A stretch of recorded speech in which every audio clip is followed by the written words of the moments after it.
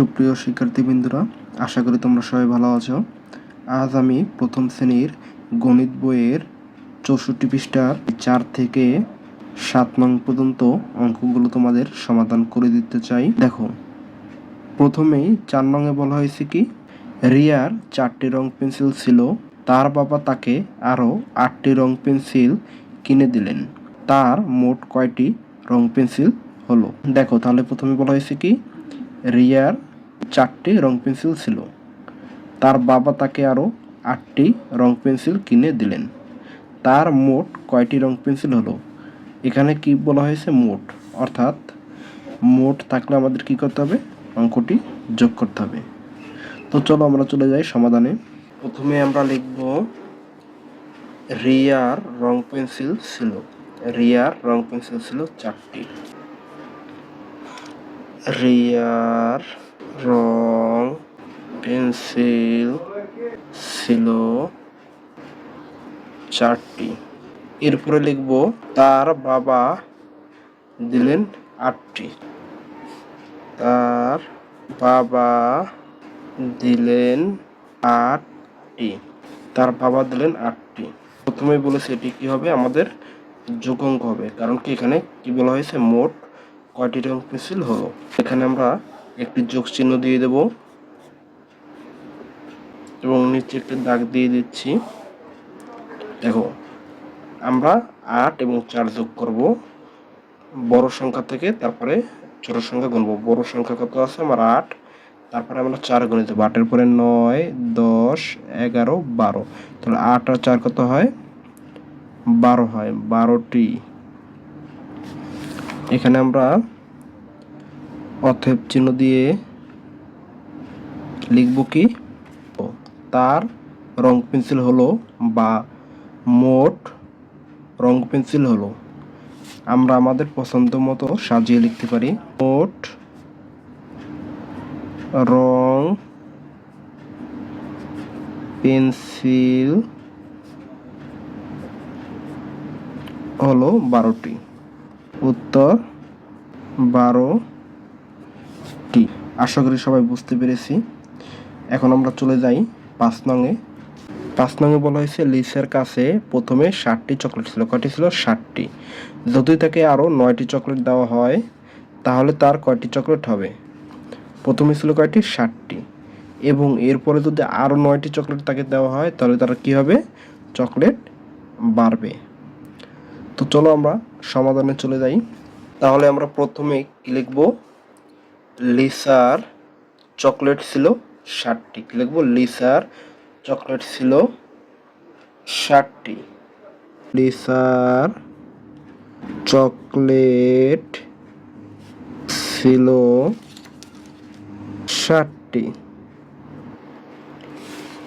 এরপর বলছে কি, যদি তাকে আরো 9টি চকলেট দেওয়া হয়, তাহলে তার কয়টি চকলেট হবে? তাহলে আমরা লিখব চকলেট দেওয়া হলো। লিখব চকলেট দেওয়া হলো। চকলেট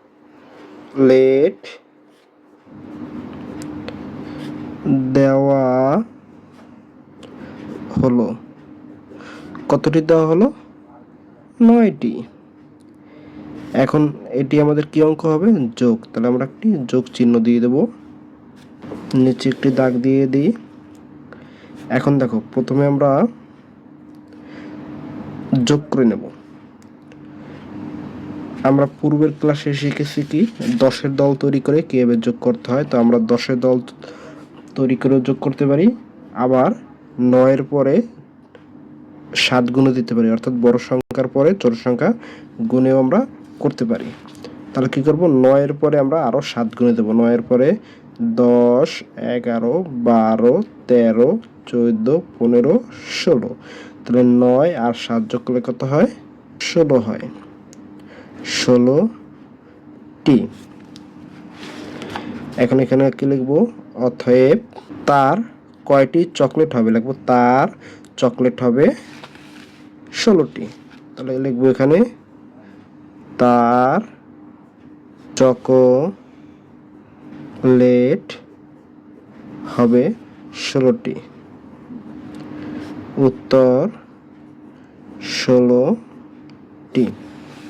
প্রিয় শিক্ষার্থীরা, দেখো 6 নং এ বলা হয়েছে কি 5 যোগ 7 এর জন্য একটি গল্প তৈরি করো। কি বলা হয়েছে? 5 যোগ 7 এর জন্য একটি গল্প তৈরি করো। তাহলে আমি তোমাদের জন্য একটি গল্প তৈরি করে দিই, তোমরা তোমাদের পছন্দ মতো গল্প তৈরি করতে পারবে। কিন্তু আমি একটি তোমাদের জন্য সুন্দর গল্প তৈরি করে দিচ্ছি। দেখো আমরা লিখতে পারি গল্প, আমরা আমাদের পছন্দ মতো নাম নিয়ে নিতে পারি। আমি এখানে রাজু নিয়েছি, লিখতে পারি রাজুর 5টি কলম আছে। এরপর লিখতে পারি তার বাবা তাকে 7টি কলম দিল। এখন রাজুর কয়টি কলম হলো? এখানে প্রশ্নবোধক চিহ্ন, যেহেতু কলম হলো। তো হয়ে গেল আমাদের একটি গল্প। দেখো আমি গল্পটি কিভাবে লিখেছি আরেকবার তোমাদের পড়ে শোনাই। লিখেছি রাজুর 5টি কলম ছিল, তার বাবা তাকে 7টি কলম দিল।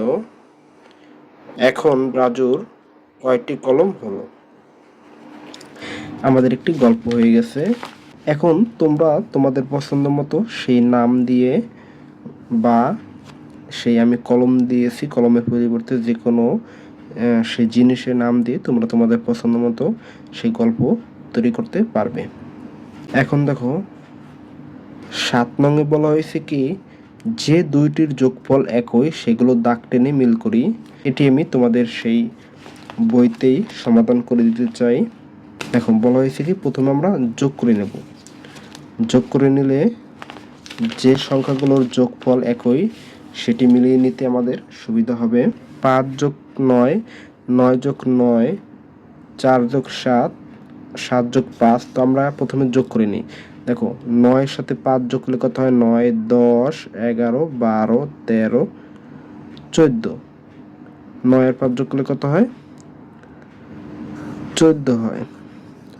এরপরে 9 এর সাথে 9 যোগ করলে কত হয়? দেখো 9 এর পরে আরো 9টি গুণে দেব। 9, 10, 11, 12, 13, 14, 15, 16, 17, 18।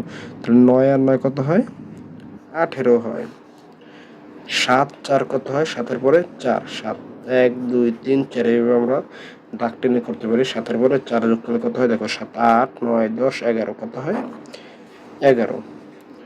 এখানে বলা হয়েছে 7 যোগ 5 সমান কত হয়? তো আমরা 7 এর পরে 5 পর্যন্ত গুণে যাব। 1 2 3 4 5। 7 এর পরে 8 9 10 11 12। তাহলে 7 আর 5 যোগ করলে কত হয়? 12 হয়। এখন দেখো নিচে আমরা এই সংখ্যাগুলো যোগ করব। 8 এর সাথে 3 যোগ করলে আমাদের কত হয়? দেখো 8 এর পরে আমরা আরো 3 গুণে দেব। 8 9 10 11। তাহলে 8 আর 3 কত হয় আমাদের? 11 হয়। এরপরে বলা হয়েছে 6 যোগ 6 কত হয়? আমরা 6 এর পরে আরো 6 গুণে দেব। আমরা যদি 6টি দাগ দিই 1 2 3 4 5 6, তাহলে 6 এর পরে আরো 6 গুণে দেব। 6 7 8 9 10 11 12। তাহলে 6 আর 6 কত হয়? 12 হয়। এইখানে দেখো বলা হয়েছে কি 3 যোগ 11 সমান কত হয়? তাহলে 11-র পরে আমরা ছোট সংখ্যা গুণে দেব 3 পর্যন্ত। 11 পরে 12 13 14। তাহলে 11 আর 3 কত হয়? 14 হয়। 10 আর 8 যোগ করলে কত হয়? 10 8 এর জন্য আমরা 1 2 3 4 5 6 7 8টি দাগ দিয়ে নিয়েছি। এখন এই 10 এর পরে আমরা এই 8টি সংখ্যা গুণে দেব। 10 এর পরে 11 12 13 14 15 16 17 18। তাহলে 10 আর 8 যোগ করলে কত হয়?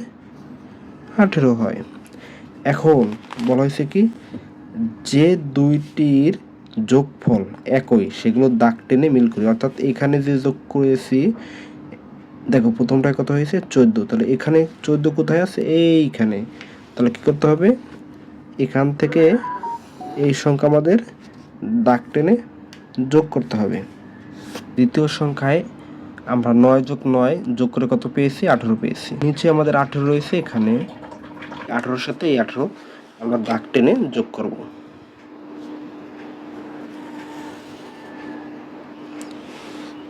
এরপরে দেখো বলা হয়েছে 4 যোগ 7 কত হয় 11। নিচে আমাদের 8 যোগ 3 কত হয় 11। তাহলে এই 11 সাথে এই 11 আমরা কি করব, দাগ টেনে যোগ করব। এরপর দেখো এখানে বলা হয়েছে 7 যোগ 5 কত হয় 12, আর এখানে 6 যোগ 6 12। তাহলে এই 12 সঙ্গে আমরা এই 12 এই সংখ্যাটি আমরা কি করব, দাগ টেনে যোগ করব। এভাবে আমরা সেই দুইটি যোগফলের সংখ্যা দাগ টেনে যোগ করতে পারি।